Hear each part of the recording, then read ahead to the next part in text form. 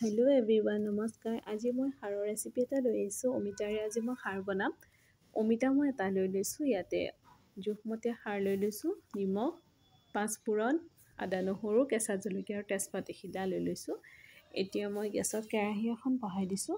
তাতে মই মিঠাতেল দি লৈছোঁ আৰু মিঠাতেলখিনি গৰম হোৱাত মই তাতে দি লৈছোঁ পাঁচফোৰণখিনি, আৰু পাঁচফোৰণ ফুটিবলৈ ধৰা তাতে আদা নহৰু পেষ্টখিনি, কেঁচা জলকীয়া ফালি লৈছোঁ আৰু মই তেজপাত এখিলা দি লৈছোঁ আৰু এতিয়া ভালদৰে এইখিনি লৰাই আছোঁ।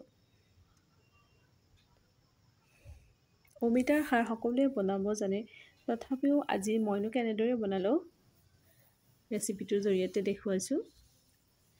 এতিয়া মই অমিতাখিনি ইয়াতে দি ল'লোঁ আৰু লগত দি দিছোঁ অকণমান নিমখ।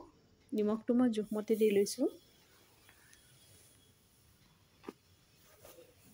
আৰু ভালদৰে লৰাই দিছোঁ। এতিয়া মই সিজিবৰ বাবে অকণমান গেছটো ল' ফ্লেমত ৰাখি ঢাকনিখন লগাই দিছোঁ। ঢাকনিখন মই উঠাই দেখিছোঁ অকণমান ৰঙচুৱা হৈ আহিছে, আৰু ইয়াতে মই এতিয়া একাপ গৰম পানী এড কৰিছোঁ, বইল আহিব দিছোঁ আৰু ইয়াতে দি দিছোঁ খাৰখিনি। এতিয়া মই ঢাকনখন পুনৰ আকৌ মাৰি দিছোঁ। এতিয়া উঠাই চাইছোঁ যে খাৰৰ কালাৰটো অকণমান আহি গৈছে আৰু এবাৰ ভালদৰে লৰাই দিছোঁ। অমিতাখিনি লাহে লাহে সিজিব আৰম্ভ কৰিছে।